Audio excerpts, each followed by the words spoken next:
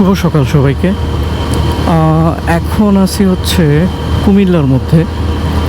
তো চাঁদপুর থেকে ঢাকা যাওয়ার পথে ভাবলাম যে চান্দিনা হয়ে যাই, কারণ আসার সময় হচ্ছে কচুয়ার যে রাস্তাটা সেই রাস্তা দিয়ে আসছিলাম।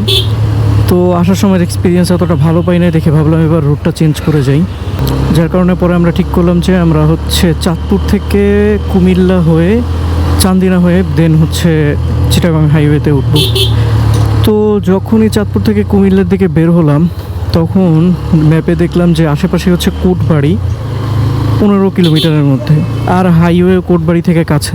তো পরে চিন্তা করলাম যে একবারে কোটবাড়িটা ঘুরে কুমিল্লা শহরের একটু ছোঁয়া নিয়ে দেন হচ্ছে আমরা ঢাকার উদ্দেশ্যে রওনা হব। তাই হচ্ছে আমাদের রুট প্ল্যান এখন হচ্ছে আপাতত কোটবাড়ির দিকে।